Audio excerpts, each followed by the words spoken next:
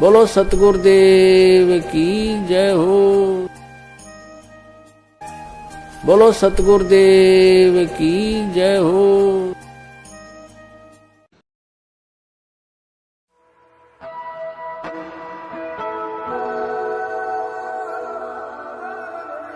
यदा यदा हि धर्मस्य ग्लानिर्भवति भारत अभ्युत्थानम् अधर्मस्य तदात्मानं सृजाम्यहम्।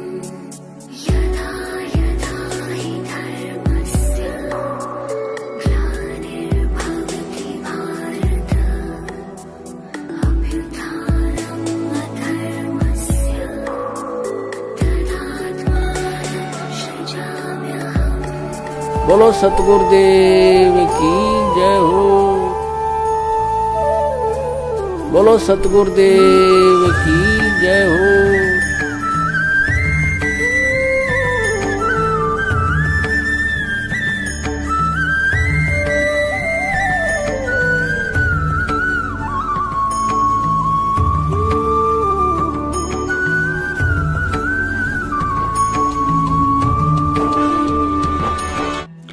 बंदी छोड़ सतगुरु रामपाल जी महाराज जी की जय हो। परमात्मा की सभी प्यारी आत्माओं को पवनदास का सत्साहेब। पुण्यात्माओं, एक समय सतलोक आश्रम बरवाला में सतगुरु रामपाल जी महाराज जी ने एक भगत की शंका का समाधान करते हुए कहा था कि बेटा, अभी भक्तों के घर बहुत दूर हैं।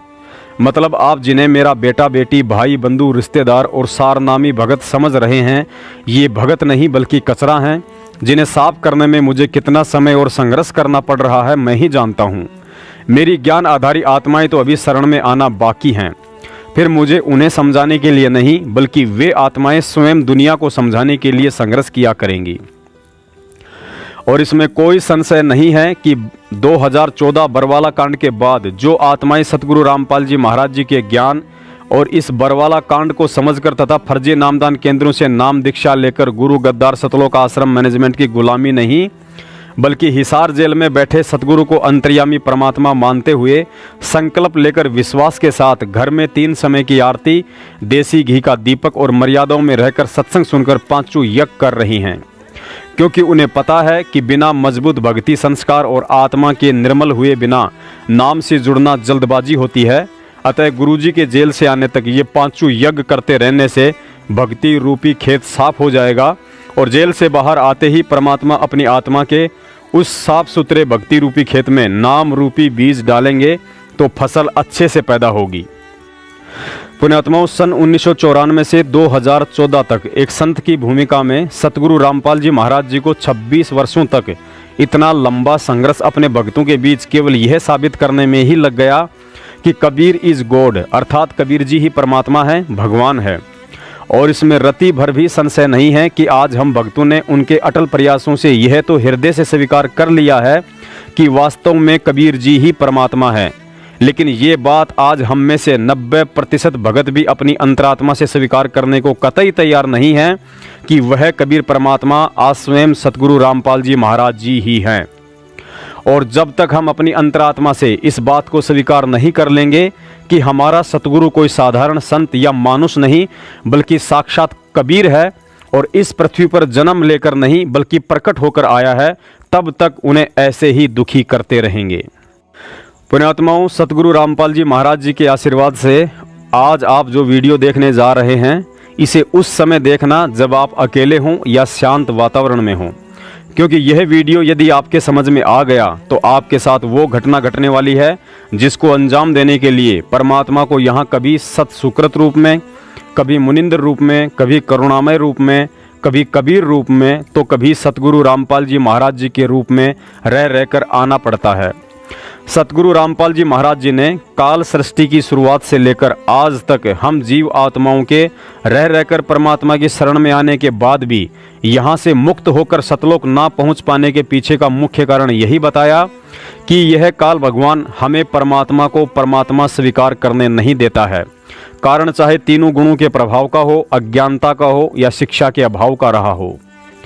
हम वर्तमान कलयुग की जिस बिचली पीढ़ी में मनुष्य योनि प्राप्त करके तथा पूर्ण परमेश्वर सतगुरु रामपाल जी महाराज जी से नाम दीक्षा लेकर उनकी गोद में श्वास ले रहे हैं, ऐसे समय और ऐसे सौभाग्य की चाहत में लाखों वर्षों तक ऋषि मुनियों ने घोर साधना और तपस्या करके अपने सैकड़ों नहीं, लाखों नहीं, बल्कि करोड़ों मानव जन्म कुर्बान कर डाले, लेकिन अंततः उन्हें भी सफलता नहीं मिली जो हमें इतनी आसानी से आज उपलब्ध है। और इतनी आसानी से उस परमात्मा का हमें मिल जाना ही हमारी सबसे बड़ी कमजोरी है, क्योंकि आसानी से उपलब्ध वस्तु को लोग कम ही तवज्जो दिया करते हैं। उदाहरण के लिए पढ़ते पढ़ते यदि आसानी से किसी की नौकरी लग जाए तो वह व्यक्ति उस नौकरी को कितनी तवज्जो देता है बताने की ज़रूरत नहीं है। और वही नौकरी यदि किसी ऐसे व्यक्ति को मिल जाए जो उसके लिए 10 वर्षों से काफ़ी प्रयासरत हो और जिसकी नौकरी प्राप्ति की आयु सीमा समाप्त होने वाली हो, आगे आप समझदार हो, बताने की ज़रूरत नहीं है। पुण्यात्माओं, भक्ति मार्ग में गुरु और गोविंद यही वो दो शब्द हैं जिनको ना समझ पाने के कारण हम युगों युगों से काल जाल में ही फंसते आ रहे हैं। और जिन महापुरुषों ने इन दोनों शब्दों के अर्थ को पहचानकर भक्ति की है, आज तक केवल उन्हीं का मोक्ष हो पाया है। गुरु जब हमें ज्ञान देता है तो अपने आप को गोविंद अर्थात भगवान से थोड़ा अलग दर्शाता है और कहता है कि गुरु तो केवल आपको परमात्मा तक पहुंचाने वाला एक एजेंट अर्थात मीडिया होता है। लेकिन दूसरी तरफ हमें गुरु गोविंद के उस भेद को मिटाने के लिए अपनी वाणियों के माध्यम से सैकड़ों उदाहरण भी देता है कि गुरु गोविंद दो नहीं भाई, और दो समझे वो दो जग जाई अर्थात नरक में जाही। लेकिन गुरु के उन गूढ़ संकेतों को और ज्ञान को आधार बनाकर कोई बिरले जन ही होते हैं जो मन क्रम वचन से अपने गुरु को साक्षात परमात्मा समझकर यहाँ से मुक्त हो पाते हैं। और इसमें कोई संशय नहीं है कि आज आप और हम वही आत्माएं हैं जो आज तक गुरु को केवल ज्ञान और भक्ति देकर भगवान तक पहुंचाने वाला एक एजेंट ही मानते आए हैं। लेकिन वो भयंकर गलती जो हम युगों युगों से करते आए हैं आज नहीं करेंगे, क्योंकि आज हमें ज्ञान नहीं बल्कि तत्व ज्ञान मिला है और तत्व ज्ञान केवल सतगुरु बनकर स्वयं परमात्मा ही देता है। आज हमें गुरु नहीं बल्कि सतगुरु मिला है और सतगुरु की भूमिका भी केवल स्वयं परमात्मा ही करता है। अब उस ब्लाइंड फेथ की स्थिति पर आपको लाने के लिए बहुत समय लगेगा दास को, लेकिन एक दिन आप पर हो जाएगा जब सारे प्रमाण आपके रूबरू होंगे कि हु इज गॉड, परमात्मा कौन है और कैसे मिलता है। इस साधना से जो दास दे रहा है वो किन किन को भगवान मिला है, और जिन्होंने वो भगवान मिला है तो उन्होंने उसका वर्णन क्या किया है, कैसा बताया है।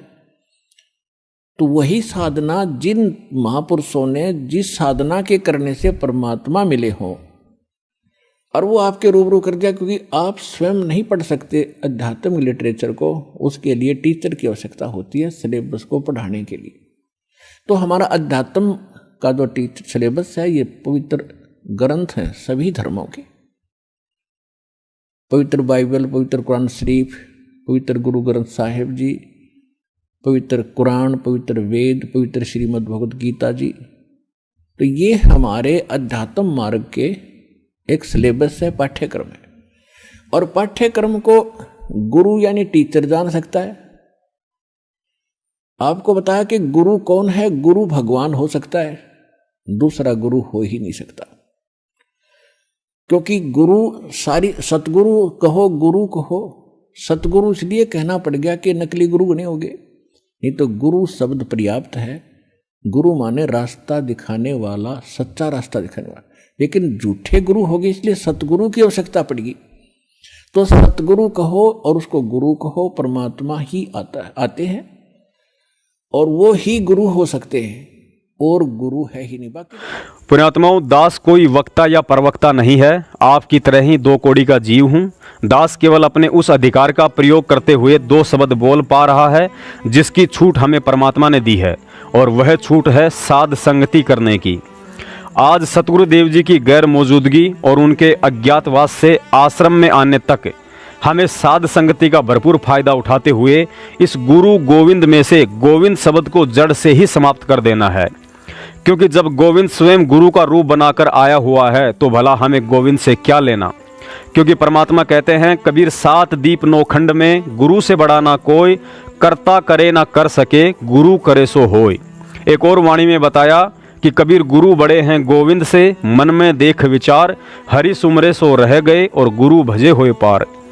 इस तत्व ज्ञान को आधार बनाकर जब तक हम लोग मन क्रम वचन से गुरु में परमात्मा के दर्शन नहीं कर लेंगे, तब तक चाहे लाख वर्ष तक भक्ति कर लें और कितनी ही मर्यादा में रह लें, स्वर्ग से ऊपर की यात्रा नहीं कर सकते। परम पूज्य सतगुरु रामपाल जी महाराज जी ने जिन विकट परिस्थितियों को झेलकर 26 साल तक हमें जो अनमोल सत्संग सुनाए हैं, सैकड़ों कथाएं, वाणियां और तरह तरह के उदाहरण देकर समझाने की कोशिश की है, उनके इस अकथनीय प्रयास का एक ही निष्कर्ष निकलता है कि गरीब निर्गुण सरगुण एक है, दूजा ब्रह्म विकार, निर्गुण साहिब आप हैं और सरगुण संत विचार। अर्थात उन्होंने समझाया कि निर्गुण और सरगुण के भ्रम में पड़कर लोगों ने गुरु और परमात्मा को अलग अलग समझ लिया है, लेकिन निर्गुण रूप में सतलोक के अंदर बैठा वह कबीर परमात्मा स्वयं ही गुरु रूप में सरगुण बनकर यहाँ ज्ञान देने के उद्देश्य से प्रकट होता है। अर्थात निर्गुण और सरगुण दोनों अवस्थाओं में स्वयं परमात्मा ही होता है। परमात्मा कबीर साहिब जी ने आदरणीय गरीबदास जी महाराज जी के माध्यम से 250 साल पहले जिस पवित्र ग्रंथ साहिब की रचना करवाई थी, उस रचना के पीछे उनका मकसद आज हम पिछली पीढ़ी में उत्पन्न आत्माओं को गुरु शब्द में छिपे गोविंद की पहचान करवाना ही था। गरीबदास जी महाराज जी ने एक वाणी में बताया है कि गरीब अलल पंख अनुराग है, सुन मंडल रहे थीर, दास गरीब उधारिया, मोहे सतगुरु मिले कबीर।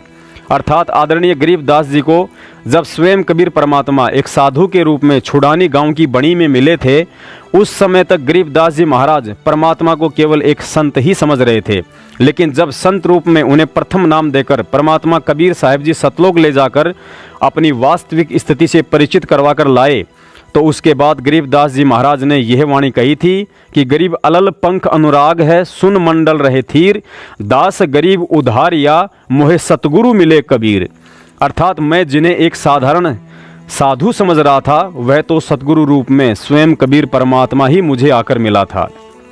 पुण्यात्माओं, जिन जिन आत्माओं को एक संत रूप में आकर परमात्मा मिले थे, चाहे गरीबदास जी हो, नानक साहिब जी हों या धर्मदास जी हों, वर्षों पहले एक संत रूप में आकर परमात्मा का उन्हें मिलना, फिर सतलोक ले जाना और बाद में उन महापुरुषों के कर कमलों से प्रमाणित ग्रंथों की रचना करवाकर यह साबित करवा देना कि जो हमें जिंदा महात्मा और साधु संत के रूप में आकर मिले, फिर सतलोक लेकर गए, वह कोई और नहीं बल्कि स्वयं कबीर परमात्मा ही था, जो काल भगवान को धोखे में रखकर हमसे भक्ति करवाकर सतलोक ले जाने के लिए तरह तरह के भेष बदलकर बहुरूपीय की एक्टिंग करता रहता है।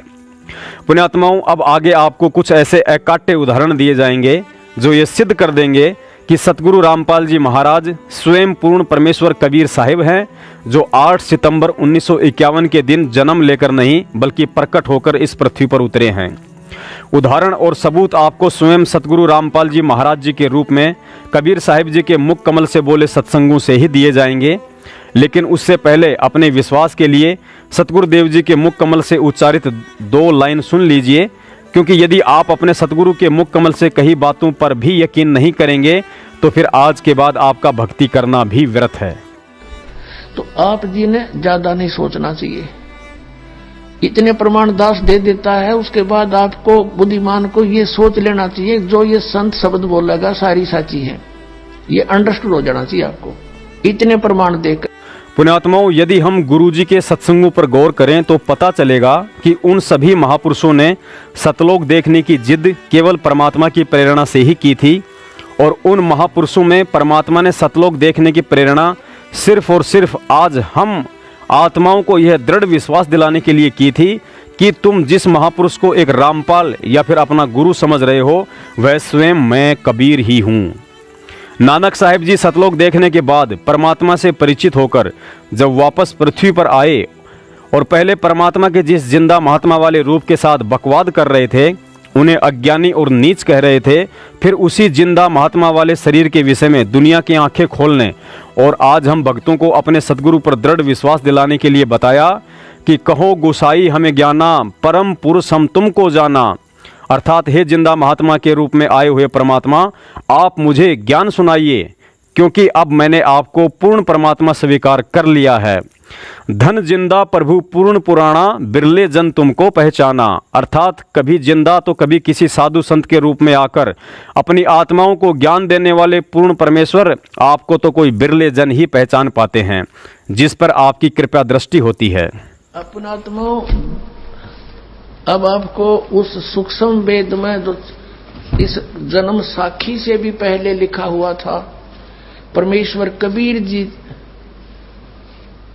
ने जो बोला बताया, जो कुछ भी बीती नानक साहब के साथ भी वो मिले, तो धर्मदास जी ने वो लिपिबद्ध कर रखी है, वो आपका रूबरू कराते हैं। आपका कति विश्वास दृढ़ हो जाएगा। पुण्यात्माओं, देखिएगा कबीर सागर, कबीर पंथी भारत प्रतीक युगलानंद बिहारी द्वारा पुरस्कृत ये है सवसम वेद बोध सागर, और 158 पृष्ठ पे नानक साहब जी की कथा चौपाई। नानक वचन, धन पुरुष तुम यह पद भाख्या, यह पद अमर गुप्त कह राखी। जब लो हम तुमको नहीं पावा, अगम अपार ब्रह्म फैलावा। कहो गोसाई हमसे ज्ञाना, परम पुरुष हम तुमको जाना। धन जिंदा प्रभु पूर्ण पुराना, बिरले जन तुमको पहचाना। आदरणीय गरीबदास जी महाराज जी ने गुरु गोविंद के बीच की दूरी को समाप्त करते हुए अपनी अमृतवाणी में लिखा है कि तुम साहिब तुम संत हो, तुम सतगुरु तुम हंस, गरीबदास तेरे रूप बिना और न दूजा अंश। अर्थात हे परमेश्वर, आप समर्थ साहिब तो हैं ही, लेकिन संत बनकर शिक्षा भी आप स्वयं ही देते हो, सतगुरु बनकर नाम उपदेश भी आप स्वयं ही देते हो, और एक भगत का रोल करके भी आप स्वयं ही हम जीवों को सिखाते हो कि एक शिष्य की कैसी रहनी करनी और व्यवहार होना चाहिए, अपने सतगुरु के प्रति कैसा भाव और कितना विश्वास होना चाहिए। एक और वाणी के माध्यम से समझाया है कि सतगुरु पूर्ण ब्रह्म है, सतगुरु आप अलेख, सतगुरु रमता राम है, यामे मीन न मेख। पुण्यात्माओं, यदि हम अपने गुरु को सतगुरु कहकर संबोधित करते हैं और बात बात पर जयकारे लगाते हैं कि सतगुरु रामपाल जी महाराज जी की जय हो, और यदि फिर भी हम परमात्मा केवल कबीर साहिब को ही मानते हैं, तो हम सतलोक के नहीं बल्कि नरक लोक के भागी हैं। क्योंकि गरीबदास जी महाराज ने स्पष्ट कर दिया है कि सतगुरु साहिब एक शरीरा, और सतगुरु बिना न लागे तीरा। यदि आप सतगुरु और परमात्मा को अंश मात्र भी अलग अलग समझते हो कि सतगुरु रामपाल जी महाराज जी तो केवल हमारे गुरु जी हैं और परमात्मा तो कबीर साहिब हैं, उनके लिए यहाँ कहा गया है कि गुरु गोविंद दो नहीं भाई, और दो समझे वो दो जग जाही। पुण्यात्माओं, हम सब जानते हैं कि आज से 650 वर्ष पहले परमेश्वर कबीर साहिब जी काशी में प्रकट हुए थे। उनका जन्म नहीं हुआ था, लेकिन उनके 120 साल के लीलामय जीवन में उस समय जगत वालों की तो बात ही क्या करें, हम 64 लाख में से एक भगत भी यह स्वीकार करने को तैयार नहीं था कि कबीर साहिब जी प्रकट हुए हैं। जब परमात्मा अपने आप को जन्म ना लेकर प्रगट होकर आने की बात कहते थे तो लोग उनकी खिल्लियां उड़ाते थे, जिसके विषय में आदरणीय गरीबदास जी महाराज जी ने लिखा है कि गरीब मात पिता मेरे कछु नाही, ना मेरे घर दासी, और जुल्हे का सुत आण कहाया, यो जगत करे मेरी हंसी। खुद उनके मुंह बोले माता पिता नीरू नीमा जी को भी कई बार कबीर साहिब जी की उन लीलाओं के कारण पंडितों की मार खानी पड़ती थी। इसके अलावा जब कबीर साहिब जी मगहर से सतलोक जा रहे थे, तब भी हम मूर्खों ने बहुत बड़ी गुस्ताखी की थी और उन्हें एक जन्म लिया हुआ मानव शरीरधारी इंसान समझकर मुसलमान भगत तो कहने लगे कि हम उनके शरीर को कब्र में दफनाएंगे, और हिंदू भगत कहने लगे कि हम उनके शरीर का अंतिम संस्कार जलाकर करेंगे। पुण्यात्माओं, अज्ञानता में ठीक यही स्थिति आज सतगुरु रामपाल जी महाराज जी के साथ हो रही है।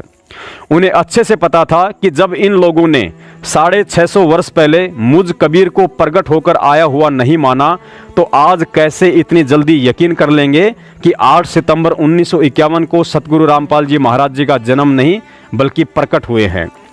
और इसी का एक छोटा सा ट्रेलर दिखाने के लिए कि संगत उन्हें अभी कितना जान पाई है, अपने सत्सेवक बच्चों को निमित्त बनाकर 8 सितंबर 2019 को ट्रू वीडियो चैनल पर सतगुरु प्रगट दिवस मनाने का वीडियो क्या डलवाया।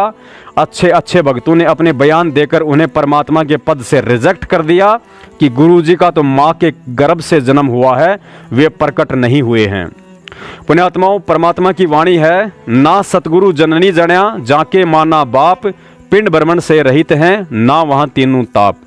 यह दास आप सभी भक्तों से निवेदन करता है, इस वाणी के अनुसार यदि आप सतगुरु रामपाल जी महाराज जी को सतगुरु कहकर बोलते हैं तो उन्हें प्रकट हुआ ही मानना पड़ेगा, और यदि आप सतगुरु रामपाल जी महाराज जी को प्रकट हुआ नहीं मानते हैं तो भले आज ही ये भक्ति त्याग दीजिए, क्योंकि गुरु को मानुष समझने वाले इंसान कभी पार नहीं होते हैं। क्योंकि परमात्मा कहते हैं, गुरु मानुष कर जानते ते नर कहिए अंध, और वह दुखी संसार में फिर आग गए यम के फंद। पुण्यात्माओं, विचार करो, गीता जी में काल भगवान अर्जुन को कह रहा है कि अर्जुन, मेरे जन्म और मृत्यु अलौकिक हैं, जिसे 21 ब्रह्मांड के जीव नहीं जान सकते हैं, क्योंकि मेरा जन्म और मृत्यु तुम्हारी तरह मैथुन क्रिया से नहीं होता है। पुण्यात्माओं, जिस 21 ब्रह्मांड के स्वामी के अलौकिक जन्म और मृत्यु को आज तक कोई नहीं बता पाया था, लेकिन आज उसके जन्म और मृत्यु का सारा भेद जिस महापुरुष सतगुरु रामपाल जी महाराज जी ने दुनिया के सामने खोलकर रख दिया है, तो भला हम मूर्ख प्राणी उस सतगुरु रामपाल जी महाराज जी के अलौकिक जन्म को कैसे जान सकते हैं, और कैसे अपनी गंदी जुबान से 8 सितंबर को घर घर में मनाए जा रहे सतगुरु प्रकट दिवस का विरोध करते हुए कह रहे हैं कि गुरुजी का तो माँ के गर्भ से जन्म हुआ है। यदि आपकी नज़रों में माँ के गर्भ से जन्म लेकर आया हुआ व्यक्ति एक सामान्य इंसान और बिना माँ के गर्भ से आया हुआ भगवान होता है, तो फिर गोरखनाथ को भी पूर्ण परमात्मा का दर्जा दे दीजिए, जो कि माँ के गर्भ से नहीं बल्कि गोबर से पैदा हुए थे। फिर सुखदेव ऋषि और उन 9 नाथ 84 सिद्धों को भी पूर्ण परमात्मा मानकर पूजने लग जाइए, जो किसी माँ के गर्भ से जन्म लेकर नहीं बल्कि ब्रह्मा विष्णु महेश द्वारा त्रिगुणी प्रभाव रोकने के बाद अपनी सिद्धि शक्ति से प्रकट हुए थे। फिर तो भगवान रामचंद्र जी के गुरु वशिष्ठ मुनि जी द्वारा अपनी शब्द शक्ति से बिना माँ के गर्भ से पैदा किए कुश को भी पूर्ण परमात्मा मानकर उनकी पूजा शुरू कर दीजिए। पुण्यात्माओं, सतगुरु रामपाल जी महाराज स्वयं कबीर परमात्मा हैं और 8 सितंबर 1951 के दिन गांव धनाना, जिला सोनीपत, हरियाणा में प्रकट हुए हैं, जिसका जीता जागता प्रमाण है जय गुरुदेव पंथ के प्रवर्तक तुलसीदास जी की दिव्य दृष्टि, जिसको सतगुरु रामपाल जी महाराज जी ने स्वयं अपने मुख कमल से कहकर हम मूर्खों को समझाने की कोशिश की है। इस सत्संग में तुलसीदास जी की तरफ से स्वयं अपने सतगुरुदेव जी कह रहे हैं कि वह महापुरुष एक छोटे से गांव में प्रकट हो चुका है। पुण्यात्माओं, यह सत्संग वाला प्रमाण सुनकर स्वयं ही निर्णय कर लेना, यदि सतगुरु रामपाल जी महाराज जी 8 सितंबर 1951 में प्रकट नहीं हुए होते तो अपने मुख से इस प्रकट शब्द का अपने लिए कभी भी प्रयोग नहीं करते, लेकिन उन्होंने हम मूर्खों को समझाने के लिए स्पष्ट संकेत कर दिया है कि वह महापुरुष एक छोटे से गांव में प्रकट हो चुका है। अब उस समय इस पुण्यात्मा श्री तुलसीदास जी की दिव्य दृष्टि काम करे थी मथुरा वाले जय गुरुदेव पंथ के प्रवर्तक की, क्योंकि पिछले जन्मों का कोई ऋषि महर्षि था, और यूं फंस गया उस शिवदयाल के जो भूत बना बैठा बुक्की में, ये 5 नाम जाप करके, और यो अब इसका उस समय इसकी दिव्य दृष्टि काम करे थी, इसने उसको नो समझ माई को ना कि यू के सांग है। तो ये पिछले पुण्य कर्मों से ये क्या होता है कि ये दिव्य दृष्टि सब जगह सब समय काम नहीं करती, लेकिन इसका बहुत इस तरह की कोई भविष्य या भूत की बताता है, उस व्यक्ति की पुण्य कमाई बहुत नष्ट होती है। वैसे नहीं ऑन करनी पड़ती है उसको, ये वो सारा कुछ सिस्टम सेट करना पड़ा, जैसे कंप्यूटर सेट करा करें। तो उस समय इसका ये ओके था प्रोग्राम, इसकी दृष्टि काम करे थी, तो इसने साफ बता दी भाई वो एक छोटे से गांव में प्रकट हो चुका है। बोलो सतगुरुदेव।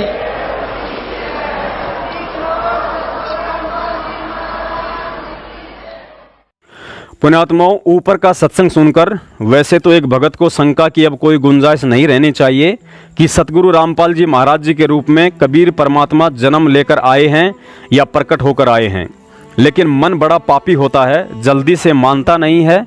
तो चलिए आपके विश्वास को दृढ़ करने के लिए कि आपका सतगुरु स्वयं समर्थ कबीर है, कुछ और प्रमाण देते हैं।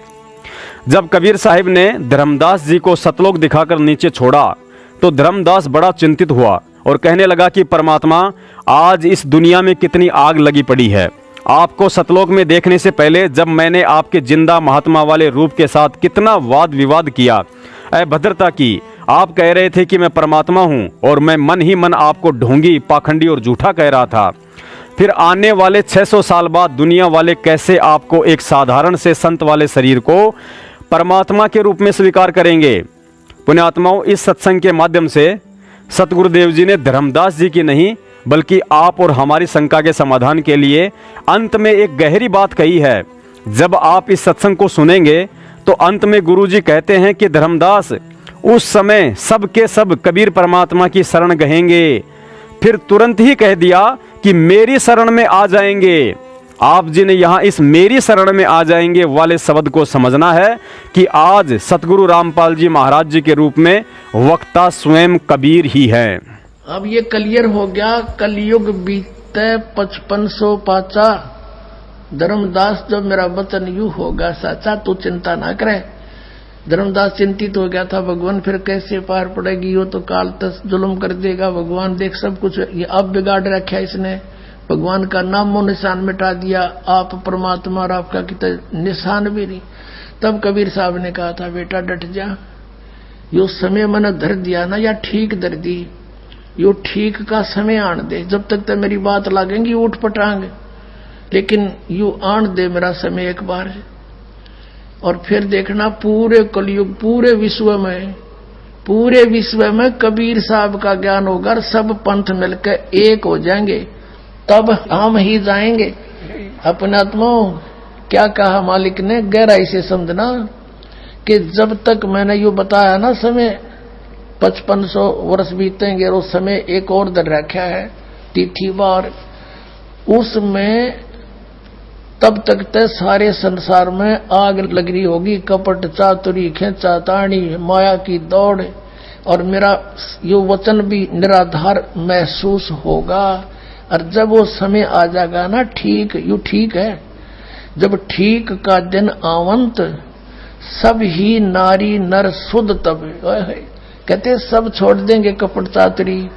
फिर यह आपस में लड़ाई, खेचा ताणी, माया की दौड़, भाई ने भाई देख के प्रसन्न नहीं, बहन भाई का झगड़ा इस माया के ऊपर कपट से बात करते हैं छल से। कहते तब तक तैयार नौकी न चलेगी कपट चातरी, तब लो। और सब संवेद निर्धार, जब तक ये दिन ठीक का नहीं आओगा तब तक ये सारे नए कपट चातरी कर्म बिगाड़े जाएंगे अपने। और फिर जब ठीक का दिन आवंत, सब नर नारी शुद्ध और कपट चातरी छोड़ शरण कबीर गहंत, के सब कबीर साहब की शरण गहेंगे, मेरी शरण में आ जाएंगे। पुण्यात्माओं, कहते हैं ज्ञानी को इशारा और तत्वज्ञानी का तो मत ही न्यारा। अर्थात तत्वज्ञानी भगत तो इशारे से पहले ही समझ जाता है कि उसका सतगुरु उसे क्या समझाना चाहता है।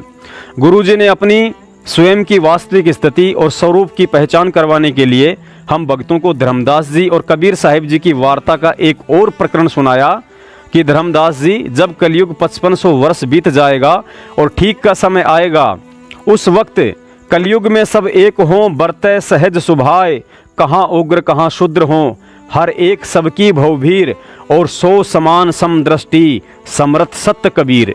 कि धर्मदास जी, जब कलयुग 5500 वर्ष बीत जाएगा, उस समय परमात्मा के वचन से सबकी बिगड़ी हुई सोच ठीक होगी और उस पंथ का संचालक स्वयं समर्थ सत्य कबीर होगा।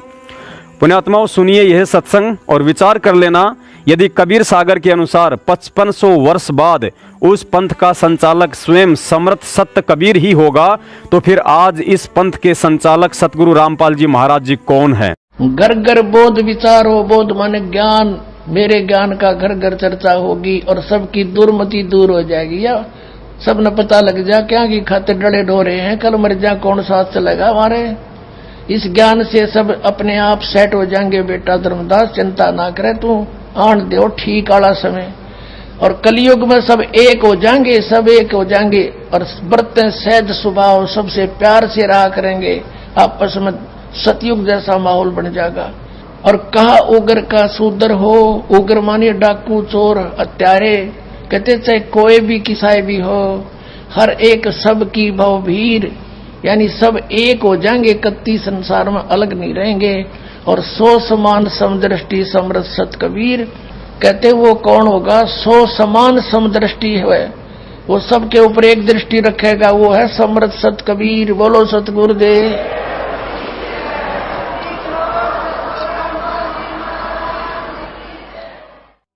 पुण्यात्माओं, आपके विश्वास को 100 का 100% दृढ़ करने के लिए कि सतगुरु रामपाल जी महाराज जी स्वयं कबीर हैं, सुनिए यह सत्संग जिसमें एक समय धर्मदास जी ने कबीर साहिब जी से प्रार्थना की थी कि हे परमात्मा, आपने एक तरफ तो 42 पीढ़ियों तक मेरा वंश चलेगा ऐसा आशीर्वाद दे दिया है, और दूसरी तरफ यह भी कह रहे हो कि इस सारनाम को गुप्त रखना है, तो फिर मेरे वंशज बिना सारनाम के कैसे पार होंगे? धर्मदास जी की बेचैनी को देखकर परमात्मा ने कहा कि बेटा धर्मदास, चिंता मत कर, मैं केवल यह सच्चाई तुझे ही बता रहा हूं कि 12वें पंथ में आगे चलकर मैं स्वयं ही आऊंगा और तेरी 42 पीढ़ी तो क्या पूरे विश्व को पार करूंगा। साथ ही गुरुजी ने सत्संग में यह भी संकेत दे दिया कि काल के आगे परमात्मा ने थोड़ा सा भेद रखना था कि 12वें पंथ में मेरा अंश आएगा, जबकि आए स्वयं कबीर ही हैं। कि चौथा युग जब कलयुग आई, तब हम अपना अंश पठाई। काल बंद छूटे नर लोई, सकल सृष्टि परवानिक होई। घर घर देखो बोध विचारा, सतनाम सब ठोर उचारा। 5505 तब ये वचन मेरा होगा साचा। कलयुग बीत जावे जब एता, सभी प्राणी परम पुरुष पद चेता। तो परमात्मा ने कहा था कि चौथा युग जब कलयुग आवेगा, तब हम अपना एक दास भेजेंगे। अब वहां काल के सामने परमात्मा ने कहा कि हम अपना दास भेजेंगे। और कबीर वाणी चैप्टर में परमात्मा ने धर्मदास जी से, जब धर्मदास जी घने चिंतित हो गए थे कि हे परमात्मा, आपने सतनाम और सारनाम गुप्त रख दिया और इसके बिना मोक्ष नहीं हो सकता। आपने मुझ किंकर के ऊपर दया करी दास पे, और 42 वंश भी पीढ़ी बख्श दी, मेरी वंश चलेगा। तो हे परमात्मा, सारनाम और सतनाम बिना पार नहीं हो सकते, तो मेरे बच्चे कैसे पार होंगे? ऐसे कलेजा पकड़ के बैठ गया। परमात्मा ने सोचा भाई ये घना दुखी हो गया। तो परमेश्वर ने कहा कि सुन ले, काल ने क्या कहा था? 12 पंथ करूं मैं साजा, नाम तुम्हारा ले करूं आवाजा। 12 पंथ नाम जो लेगी, हमरे मुख में आन समोही। जाओ जोग जीत संसारा, जीवन माने कहा तुम्हारा। जीव तुम्हारा कहा न माने, हमारी ओढ़ हो बाद बखाने। अब इतना समय नहीं रहा, मैं वो सारे प्रमाण आज नहीं दिखा पाऊंगा आपको कि 12 पंथ कौन कौन से हैं। तो 12 पंथ, 12वां पंथ गरीबदास पंथ बताया है, लिखा कबीर सागर में। तो परमात्मा ने कहा तू चिंता ना कर धर्मदास, जब 5500 वर्ष कलयुग बीत जाएगा तब या बिचली पीढ़ी आवेगी, और बिचली पीढ़ी तक यो ज्ञान और तत्व ज्ञान और सतनाम सारनाम कति गुप्त रखना है, नहीं तो काल के दूतों का हाथ लग जाएगा, मेरा सारा मिशन खराब हो जाएगा। तो परमात्मा ने देखा कि ये बिल्कुल चिंतित हो गया घना। तब परमेश्वर ने कहा धर्मदास, जब साची बताऊं तेरे ते, तब धर्मदास ने कहा कि भगवान आज कितना अच्छा समय है, कलयुग स्टार्ट है सन 1398 में और 1512 तक, और आज भी लोग ना मानते, और आप कह रहे हो अगर भयंकर कलयुग पैदा कर देगा, काल ऐसा जुल्म कर देगा, हाहाकार मच जाएगी, इंसान करत गनी हो जाएंगे, तो उस समय कैसे पार होंगे? आज तो आप भी विद्वान हैं और फिर भी ना मान रहे ये लोग। तो परमात्मा ने कहा जब 5500 वर्ष कलयुग बीतेगा और 12वां वंश चल चुका होगा इस काल का, यानी गरीबदास पंथ तक, तो उस 12वें पंथ में मैं आऊंगा स्वयं, और फिर सभी पंथों को खत्म करके एक पंथ बनाऊंगा, और सारी सृष्टि मेरा ही नाम लेगी। तेरे 42 वंश क्या सारी सृष्टि न पार करूंगा धर्मदास, इन 42 की चिंता छोड़ तू। तब उसका दिल डटा था। और काल के सामने परमात्मा ने थोड़ा सा भेद रखा कि मैं अपना अंश भेजूंगा। पुण्यात्माओं, स्वयं सतगुरु देव जी के मुख कमल से यह अनमोल सत्संग सुनकर अब कोई शंका नहीं रह जाती है कि आज के दिन इस यथार्थ 13वें कबीर पंथ के संचालक सतगुरु रामपाल जी महाराज जी साक्षात कबीर साहिब ही हैं। दूसरा कारण यह भी है कि अपने द्वारा रची गई सृष्टि की सही सही जानकारी केवल वह परमात्मा स्वयं ही दे सकता है, अन्य कोई भी व्यक्ति उसे बताने में सक्षम नहीं होता है। इसके अलावा और भी सैकड़ों की संख्या में ऐसे ठोस प्रमाण हैं जो ये साबित करते हैं कि कलयुग की इस बिचली पीढ़ी के कबीर केवल सतगुरु रामपाल जी महाराज जी ही हैं। भारतीय संस्कृति में माता पिता का स्थान सर्वोपरि बताया जाता है। माता पिता को बच्चे का प्रथम गुरु भी कहा गया है। 21 ब्रह्मांड में जितने भी संत, महंत, मंडलेश्वर और शंकराचार्य हैं, सभी ने माता पिता के आशीर्वाद को ही अपनी सफलता का श्रेय दिया है, क्योंकि ये सब के सब जीव हैं और माता पिता से ही उत्पन्न होते हैं। लेकिन परमेश्वर कबीर साहिब जी का भक्ति मार्ग 21 ब्रह्मांड के स्वामी और उसके अधीन शंकराचार्यों की सोच और विधान के एकदम विपरीत है, क्योंकि परमात्मा पर वही वाणी फिर से चरितार्थ होती है कि ना सतगुरु जननी जण्या जाके माना बाप, पिंड ब्रह्मंड से रहित हैं वहाँ ना तीनों ताप। कबीर साहिब जी के बाद आज इस पृथ्वी पर सतगुरु रामपाल जी महाराज जी ही ऐसे पहले सतगुरु हैं जिनके माता पिता जमीन पर लेटकर उनके चरणों में दंडवत प्रणाम करके आशीर्वाद लिया करते थे। अर्थात स्वयं कबीर साहिब जी के अलावा अपने माता पिता को आशीर्वाद देने की हिम्मत 21 ब्रह्मांड का स्वामी हो या उसका कोई बड़े से बड़ा संत हो कदापि नहीं कर सकता है। पुण्यात्माओं, कुछ भगत भाई बहनों को शंका है कि चलिए मान लेते हैं सतगुरु रामपाल जी महाराज स्वयं कबीर परमात्मा हैं और 8 सितंबर 1951 में प्रकट हुए हैं, तो फिर उन्होंने शादी करके स्त्री भोग क्यों किया? क्योंकि स्त्री भोग करने वाले को कबीर नहीं कहा जा सकता है। पुण्यात्माओं, तत्व ज्ञान लेने के बाद भी हमारी सबसे बड़ी कमजोरी यही रहती है कि हम एक सामान्य इंसान की सोच और चरम दृष्टि से हटकर पर्दे के पीछे के रहस्य को जानने की कोशिश नहीं करते हैं। धर्मदास जी को कबीर साहिब कहते थे कि धर्मदास जी, मेरा शरीर आप लोगों की तरह पंच भौतिक तत्वों से बना हुआ नहीं है, मैं विदेही हूँ।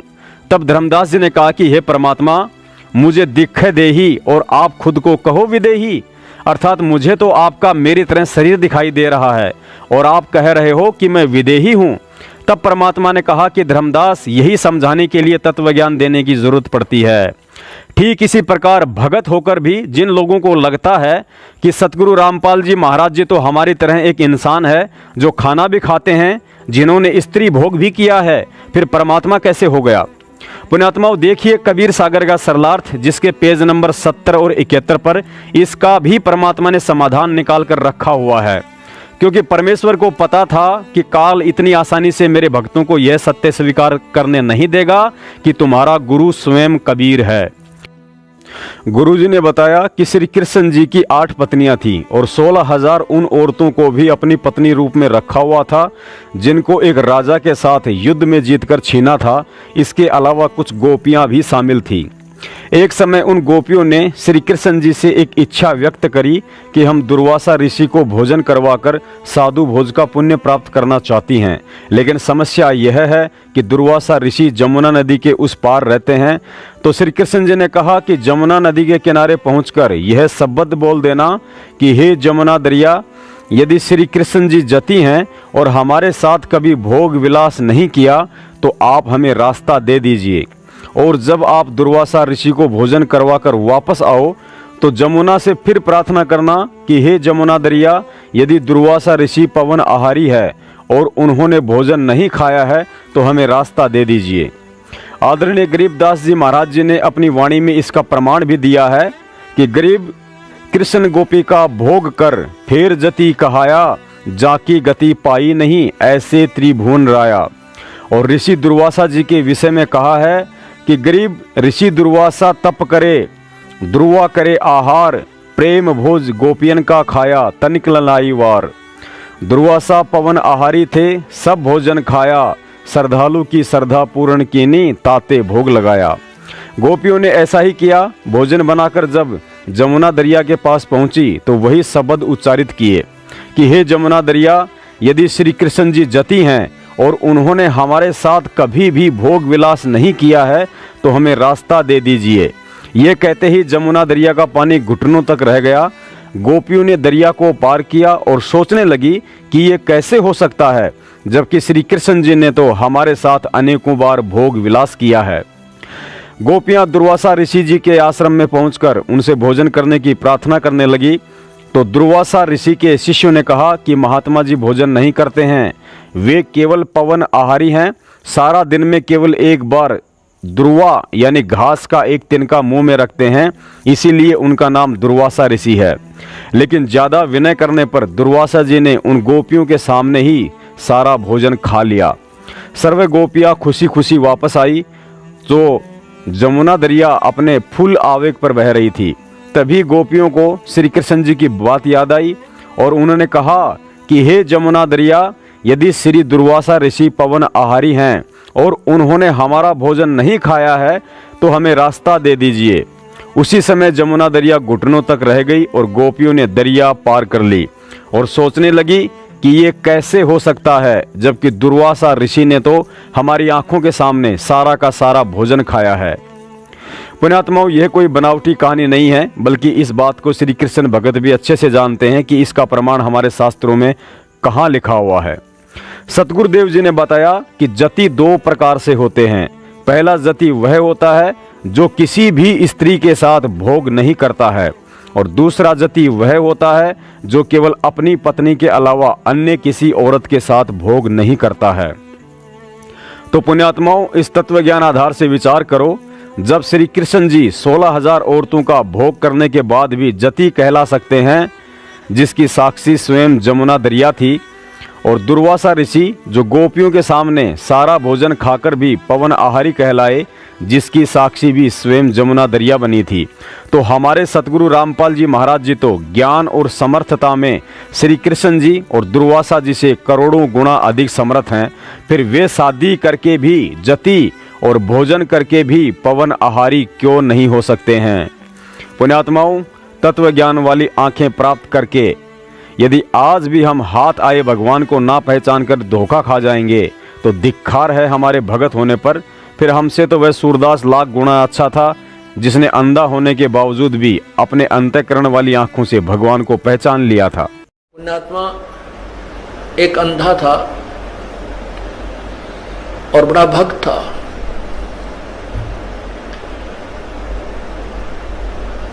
बड़ी साधना किया करता था। एक बार उसको दस्त लग गए, पेचिस लग गए, उसको लूज मोशन हो गए, और लूज मोशन इतने हो गए, उम्र भी उसकी अच्छी हो गई थी 60-70 के आसपास, इतने लूज मोशन हो गए कि वो समझ गया ना कोई दवाई काम करे। तो उसको पता लग गया कि अब तेरा जाने का टाइम आ गया है, अब नहीं रह पाएगा। इस दृष्टिकोण से उसने सोचा यहाँ क्यों दुखी करा, कोई एक आधा व्यक्ति टूटा फूटा हुआ है, यो को कपड़े धोने में लग गया रहा।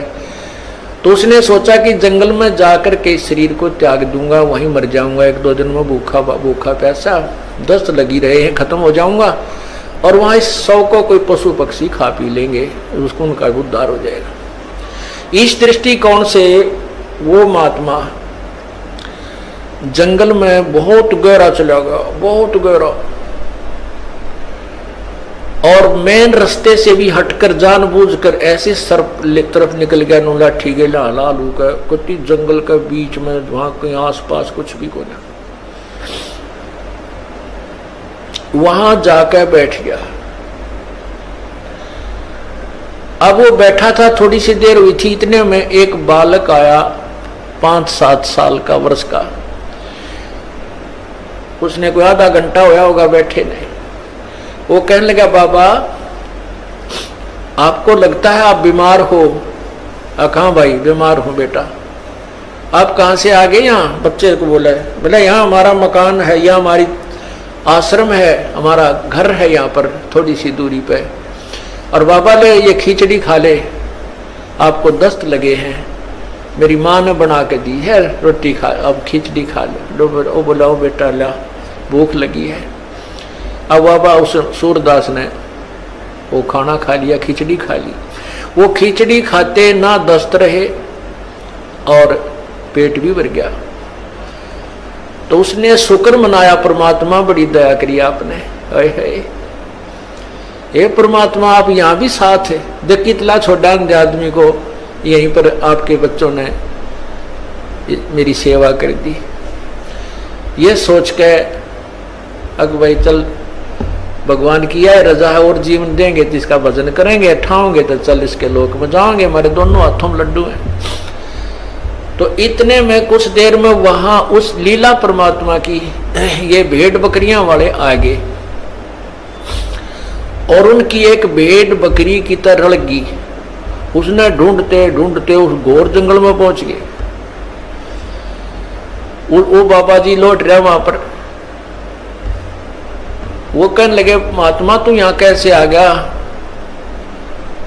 वो बोला भाई आ गया, मैं ऐसे ऐसे बीमार था और यहाँ एक भगवान आत्मा का घर है, उसने बिरानी की ऐसी दया करी, कोई खिचड़ी सी बना के दी, मैं ठीक हो गया, मेरे दस्त लाग रहे थे।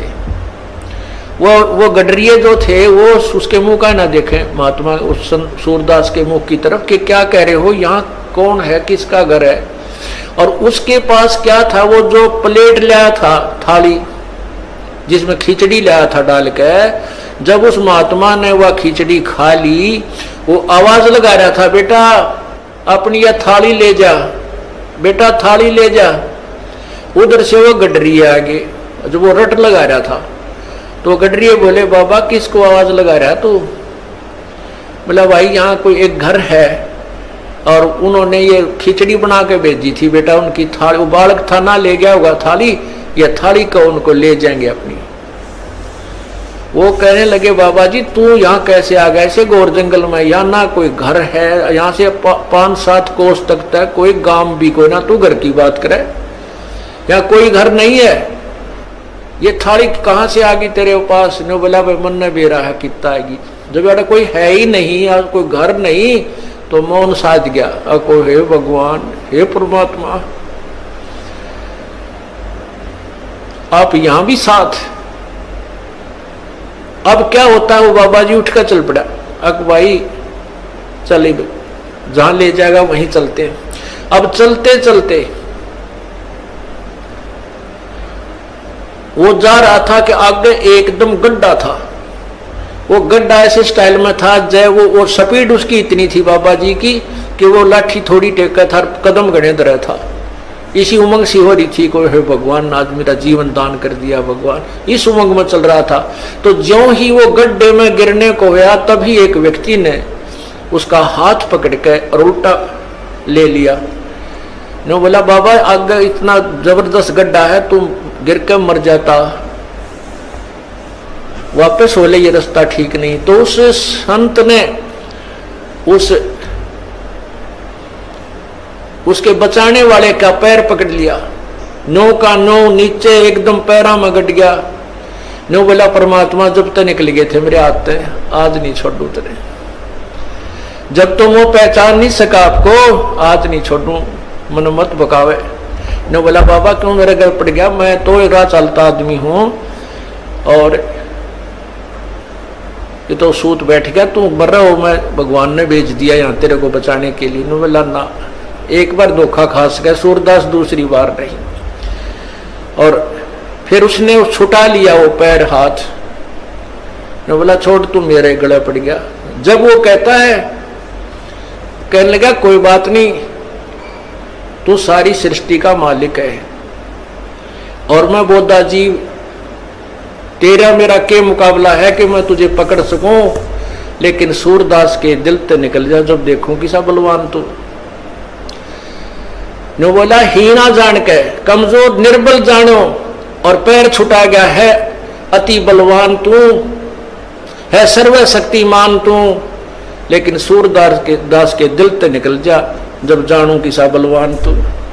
कहते हैं उसी समय उसके दिव्य भी, वो दृष्टि भी खुल गई और भगवान ने सामने दर्शन दिए जिस भी रूप में वो पूजा कर रहा था। पुण्यात्माओं, अभी तक आपने ऊपर का जितना वीडियो देखा है उसे देखकर यदि आपकी अंतर आत्मा ने यह स्वीकार कर लिया है कि वास्तव में हमारे सतगुरु रामपाल जी महाराज जी कबीर जी का अवतार या उनका कोई भेजा हुआ प्रतिनिधि नहीं बल्कि स्वयं साक्षात कबीर साहिब ही हैं, उसके बाद मैं आप सभी से एक ही सवाल करूंगा। पहले ये बताइए, क्या आपने सतगुरु रामपाल जी महाराज जी को साक्षात कबीर परमात्मा के रूप में स्वीकार कर लिया है? हाँ या ना? ऐसे नहीं, यदि आपने सतगुरु को पूर्ण परमात्मा कबीर साहिब मान लिया है तो दोनों हाथ उठाकर जोर से उनका जयकारा बोलकर यह समर्थन दीजिए कि वास्तव में हमारा गुरु कोई साधारण संत या मानुष नहीं बल्कि कबीर परमात्मा ही है। बंदी छोड़ सतगुरु रामपाल जी महाराज जी की जय हो। पुण्यात्माओं, दया परमेश्वर जी की, जो हम सब की आत्माओं ने आज उन्हें केवल एक गुरु ही नहीं बल्कि परमात्मा के रूप में स्वीकार कर लिया है। और आप भक्तों से मेरा सवाल है, यदि आपने अपने सतगुरु को कबीर जी मान लिया है कि कबीर जी कोई और नहीं बल्कि मेरे स्वामी सतगुरु रामपाल जी महाराज जी के रूप में 8 सितंबर 1951 के दिन प्रकट होकर पूरी दुनिया को तत्व ज्ञान देकर भक्ति की ओर अग्रसर कर रहा है, तो फिर मेरा सवाल यही है कि हर साल जून के महीने में लाखों की संख्या में रोहतक और जबलपुर में आप लोग कौन से कबीर का प्रगट दिवस मनाते हो? उस कबीर साहिब का जो आज से 622 वर्ष पहले काशी में प्रकट हुआ था, या उस कबीर साहिब का जो 8 सितंबर 1951 को हरियाणा में पुनः प्रकट होकर दुनिया को तत्व ज्ञान दे रहा है? बताइए बताइए भाई साहब, खामोश क्यों हो गए? यदि आप हर साल रोहतक और जबलपुर में या कहीं भी इकट्ठे होकर 622 साल पहले वाले कबीर साहिब का प्रगट दिवस मनाते हैं तो इसका सीधा सा मतलब है कि आपने अभी तक अपने सतगुरु को एक संत और परमात्मा केवल 622 साल पहले वाले कबीर जी को ही मान रखा है, इसीलिए तो आप उनका प्रगट दिवस मनाते हैं। और यदि आपने अपने सतगुरु को अपनी अंतरात्मा से कबीर साहिब स्वीकार कर लिया है तो फिर हर साल 8 सितंबर के दिन वर्तमान के कबीर सतगुरु रामपाल जी महाराज जी का प्रगट दिवस ना मनाकर काशी वाले कबीर साहब का प्रगट दिवस क्यों मनाते हैं? क्या आप भक्तों की दृष्टि में कबीर साहिब भी दो हैं? पुण्यात्माओं, यही वो भेद और ज्ञान है जिसको समझाने के लिए परमात्मा ने भिन्न भिन्न रूप धारण करके यहाँ संघर्ष करना पड़ता है, लोगों का भला बुरा सुनना पड़ता है, जेल में बंद होकर यातनाएं सहन करनी पड़ती है, क्योंकि हम वक्त गुरु को परमात्मा नहीं मानते हैं और वक्त गुरु को परमात्मा माने बिना हम लाख जन्म भी सतलोक नहीं जा सकते हैं। पुण्यात्माओं, गुरु जी बार बार अपने सत्संगों में कहते हैं कि बच्चों, ये कोई डूम भाट के गीत नहीं बल्कि पूर्ण परमात्मा का दिया हुआ ज्ञान है। और इस ज्ञान को आधार बनाकर आज हमने स्वयं ही इस निष्कर्ष पर पहुंचना पड़ेगा कि पूर्ण परमात्मा जब सतयुग में सत्सुकृत नाम से आए तो सत्सुकृत वाले रूप को त्रेता युग में ना ही तो माना गया और ना ही मनाया गया, क्योंकि त्रेता युग में परमात्मा मुनिंद्र जी के रूप में आए थे। ठीक इसी प्रकार पूर्ण परमात्मा जब त्रेता युग में मुनिंद्र ऋषि के रूप में आए तो द्वापर युग में उनके मुनिंद्र वाले रूप को ना ही तो माना गया और ना ही मनाया गया। ठीक इसी प्रकार जब परमात्मा द्वापर युग में करुणामय ऋषि के रूप में आए तो 650 साल पहले कलयुग में उनके करुणामय ऋषि वाले रूप को ना ही तो माना गया और ना ही मनाया गया। ठीक इसी प्रकार वह परमात्मा 650 साल पहले कलयुग की प्रथम पीढ़ी में कबीर साहिब के रूप में आए थे, तो फिर आज 1997 के बाद कलयुग की इस बिचली पीढ़ी में 650 साल पहले वाले कबीर को क्यों माना और मनाया जा रहा है? जबकि आपको इस बात का अच्छे से पता है कि इस समय वह परमात्मा सतयुग, त्रेता, द्वापर और कलयुग की तरह अपने रूप का रूपांतरण करते हुए सतगुरु रामपाल जी महाराज जी के स्वरूप में साक्षात हमारी आंखों के सामने विद्यमान है। और यदि उनके साक्षात सामने होते हुए भी यदि हम उनके काशी वाले स्वरूप का ही हर साल मेला लगाकर प्रगट दिवस मनाते रहेंगे तो वह कितना सुखी और कितना दुखी होगा, अपनी सोच और ज्ञान का मूल्यांकन आप जी स्वयं ही कर लेना। पुण्यात्माओं, तत्व ज्ञान का इतना खजाना लुटाने के बाद वह सतगुरु कभी कहेगा नहीं कि मैं कबीर हूं, और इस ज्ञान से हम उन्हें कबीर ना मानकर जब तक 650 साल पहले वाले कबीर जी का ही प्रगट दिवस मनाते रहेंगे तब तक हम नादान वर्तमान के कबीर सतगुरु रामपाल जी महाराज जी को यूं ही दुखी करते रहेंगे। उदाहरण के लिए, एक महिला का अपने पति से किसी कारणवश तलाक हो जाता है और वह किसी अन्य पुरुष से दूसरी शादी कर लेती है। अब यहाँ विचार करें, किसी दूसरे पुरुष से शादी हो जाने के बाद भी यदि वो महिला अपने पहले वाले पति का वर्तमान पति के सामने जन्मदिन मनाती है तो खुद ही विचार करना कि उसका वर्तमान पति उसकी इस क्रिया से दुखी होगा या खुश होगा। और क्या ऐसी औरत को पतिव्रता औरत का दर्जा दिया जा सकता है? बिल्कुल नहीं। हम सब जानते हैं कि हमारी गलती के कारण 650 साल पहले हमारे पति परमेश्वर ने हमें अपने से अलग कर दिया था, अर्थात तलाक दे दिया था। और अर्जुन सर्जुन के माध्यम से यह भी संकेत दे दिया था कि बच्चों, तुमने अपनी नादानी के चलते मेरे अंदर दोष देख लिया है, अतः अब तुम मेरे इस कबीर वाले शरीर से मोक्ष प्राप्त नहीं कर सकते हो। क्योंकि रहीमन धागा प्रेम का मत तोड़ो चटकाए, और टूटे से फिर ना जुड़े, जुड़े तो गांठ पड़ जाए। पुण्यात्माओं, विचार करो, जब हमें 650 साल पहले कबीर जी का वह शरीर पार नहीं कर पाया तो आज 650 साल के बाद कैसे पार कर देगा? और यदि पार नहीं कर सकता है तो फिर उस शरीर का प्रगट दिवस क्यों मनाना? और यदि फिर भी कोई मनाता है तो उससे बढ़कर मूर्ख प्राणी और कौन होगा? यहाँ कुछ भगत भाई अपनी शंका व्यक्त कर सकते हैं कि यदि ऐसी बात थी तो फिर गुरुजी आश्रम में कबीर प्रगट दिवस क्यों मनाते थे? भाइयों और बहनों, इसका भी एक गहरा राज है। संत रामपाल जी महाराज जी अपने आप को तो अचानक से कबीर परमात्मा घोषित कर नहीं सकते, और कर दिया तो उन्हें कोई परमात्मा मानेगा भी नहीं। इसलिए हम आत्माओं को पतिव्रता पद वाली भक्ति करवाने के लिए कबीर जी को परमात्मा साबित करना अति आवश्यक था। क्योंकि कबीर जी को परमात्मा साबित किए बिना 3 लोक के प्रधान ब्रह्मा विष्णु महेश और अन्य देवी देवताओं से हमारी कभी भी आस्था नहीं हट सकती थी। क्योंकि इनसे हमारी आस्था तभी हट सकती थी जब हमें शास्त्रों से कोई यह प्रमाणित कर दे कि इनसे ऊपर भी कोई परमात्मा है, भगवान है। और जब तक ये पूरी तरह से साबित नहीं हो जाता है तब तक कबीर प्रगट दिवस मनाना आप उनकी मजबूरी समझिए या जरूरी समझिए, ये आपके विवेक पर निर्भर करता है। लेकिन आज इतना तत्व ज्ञान देकर उन्होंने केवल कबीर जी को परमात्मा ही नहीं बल्कि यह भी साबित कर दिया कि वह कबीर जो सबका मालिक है वह कोई और नहीं बल्कि मैं स्वयं ही हूँ। और इतना साबित करने के बाद भी यदि आज हम उनके भगत ही उन्हें कबीर मानने को तैयार नहीं हैं तो फिर उन्हें हर साल तब तक यह कबीर प्रगट दिवस मनाने होंगे जब तक हम भगत लोग उन्हें कबीर साहब मानकर 8 सितंबर को सतगुरु दिवस नहीं मनाएंगे। पुण्यात्माओं, जब तक ठीक का समय नहीं आता है तब तक भक्ति मार्ग के रहस्यों को गुप्त ही रखा जाता है। क्योंकि परमेश्वर को पता है कि हम 21 ब्रह्मांड के जीवों की बुद्धि का कितना स्तर है। यदि समय से पहले बता भी दिया जाए तो हम उन यथार्थ बातों पर यकीन नहीं करेंगे, और उन यथार्थ बातों पर यकीन किए बिना हम गुरु को परमात्मा भी स्वीकार नहीं कर सकते, और बिना गुरु को परमात्मा स्वीकार किए हम इस काल के फंद से मुक्त नहीं हो सकते हैं।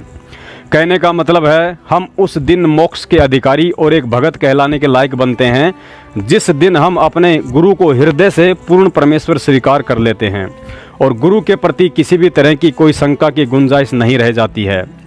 आज इतना तत्व ज्ञान लेने के बाद भी 90% संगत की हालत ऐसी है। यदि हमें हरियाणा का कोई व्यक्ति ट्रेन में मिल जाए और ज्ञान चर्चा करते करते कह दे कि भाई तू किस रामपाल ने भगवान बतावस है, मैं उसने अच्छे से जानू सूँ, उसी के गांव का सूँ, क्यों ज़बरदस्ती उसने भगवान बनाने लाग रहा से, रोज़ बीड़ी के सट्टे मारा करता मेरे साथ, कदे कदे तो दारू भी पी लिया करता था। बस इतना सुनते ही हमारे मन में खलबली शुरू हो जाती है कि यह व्यक्ति सही कह रहा है या गलत, गुरुजी के गांव का है, झूठ क्यों बोलेगा। कहने का मतलब है गुरुजी ने हमें 26 साल तक दिन रात एक करके जिस ज्ञान और भगवान को प्रमाणित करके दिखाया, हमारे साथ सैकड़ों चमत्कार किए, ऐसे ऐसे आत्मिक, आर्थिक और आध्यात्मिक सुख दिए जो भगवान के अलावा अन्यत्र कहीं से मिल ही नहीं सकते। कहने का मतलब है उस महापुरुष के उन सभी उपकारों को नज़रअंदाज करके हम एक ऐसे भक्तिहीन ऐरे गहरे व्यक्ति की बात को सत्य मानकर मन को शंकाओं से भर लेते हैं जिसको हम जानते तक नहीं, जबकि गुरुजी ने अपने सत्संगों में सब स्पष्ट कर रखा है कि दास क्या है। उसके लिए परमात्मा कहते माया दासी संत की भगत की, और उभय दे आशीष विलसी और लातों छड़िया सुमर सुमर जगदीश। जब हम परमात्मा की शरण में आ जाएंगे, सतनाम का, सच्चे नाम का जाप करेंगे, ये माया आपके चारों तरफ पड़ी रहेगी, लेकिन फिर हमने इसकी आवश्यकता ना रहे। अब जैसे हम शराब पीते थे, बीड़ी पीते थे, यानी दास नहीं पीता था, उसे बता रहा हूं, बीड़ी बाड़ी कभी नहीं पी। पुण्यात्माओं, यह कबीर साहिब जी का अद्वितीय आध्यात्मिक मार्ग है। इस पर कोई बिरला और सूरमा भगत ही चलने की हिम्मत कर सकता है, जिस पर स्वयं कबीर साहिब जी की युगों युगों से कृपा दृष्टि होती आ रही हो।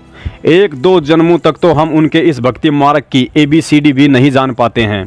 तभी तो परमात्मा ने नानक साहिब जी, धर्मदास जी, मलुकदास जी और मीराबाई जैसे दृढ़ भक्तों के लिए कहा था कि साधु सेती मस्करी और चोरा नाल कुशाल, मल अखाड़ा जीतेंगे ये युगन युगन के माल।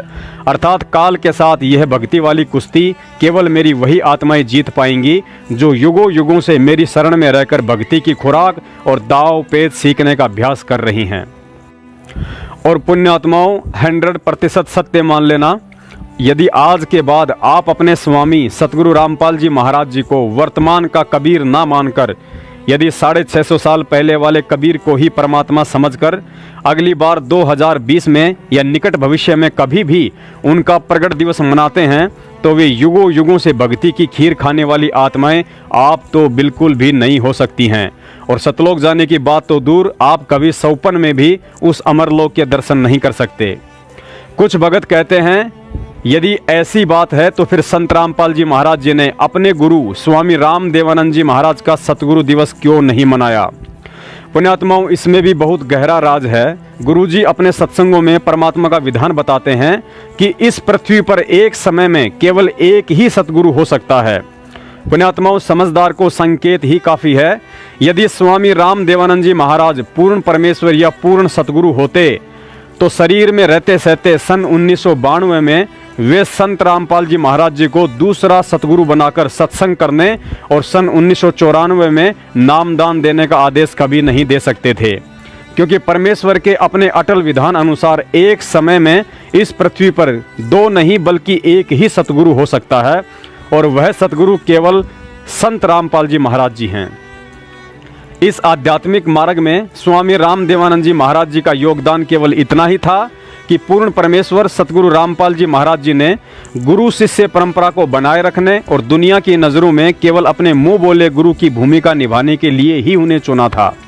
जिस प्रकार काशी में कबीर साहिब जी ने रामानंद जी को चुना था, क्योंकि सच्चे सतगुरु की भूमिका केवल पूर्ण परमेश्वर स्वयं ही कर सकता है।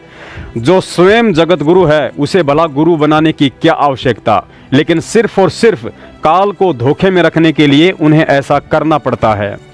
पुण्यात्माओं, यदि आपको स्वामी राम देवानंद जी महाराज और सतगुरु रामपाल जी महाराज जी के बीच की दूरी और आपसी संबंध समझ में आ गए हों, तो अब एक और कटु सत्य है जिसको स्वीकार करने में आपको ज़्यादा दिक्कत नहीं आनी चाहिए।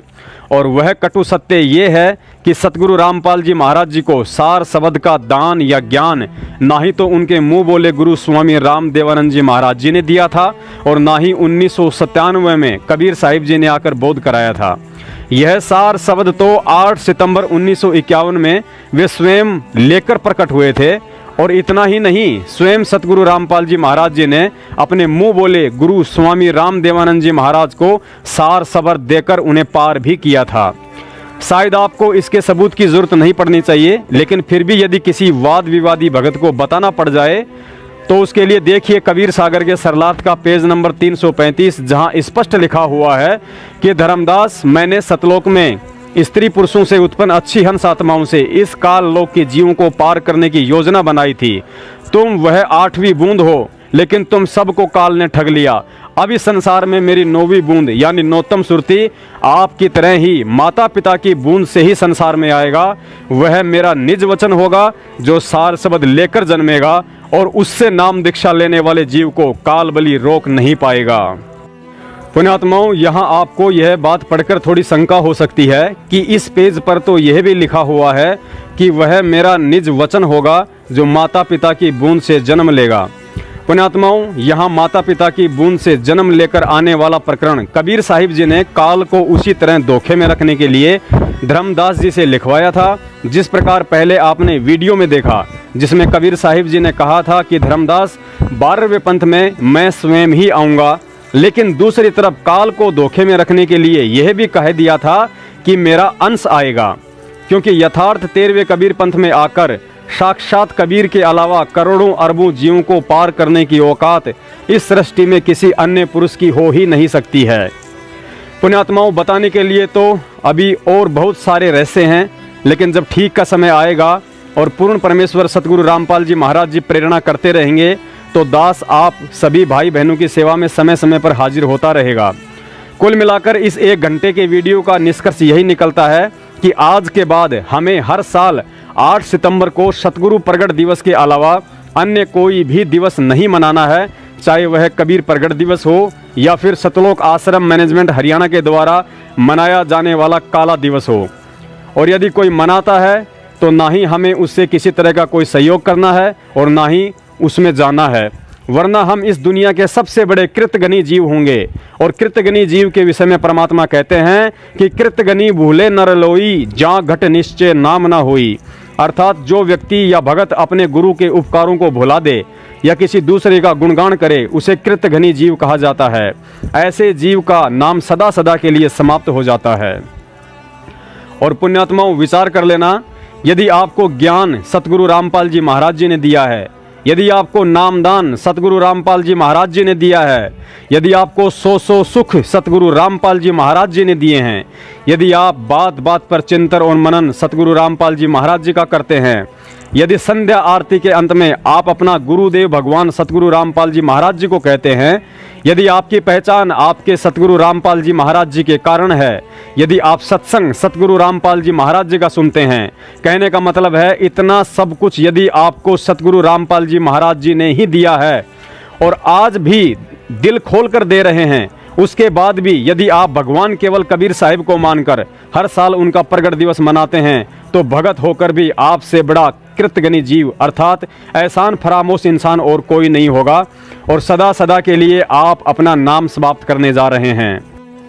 अंत में आप सभी सत्सेवक भाई बहनों से दास की यही प्रार्थना है कि इस वीडियो को अगले साल 8 सितंबर 2020 तक फेसबुक, व्हाट्सएप और यूट्यूब पर इतना शेयर करें कि प्रत्येक भगत तक संदेश पहुंच जाए और अगले वर्ष इस पवित्र सतगुरु प्रगट दिवस को मनाने वालों की संख्या लाखों में हो जाए।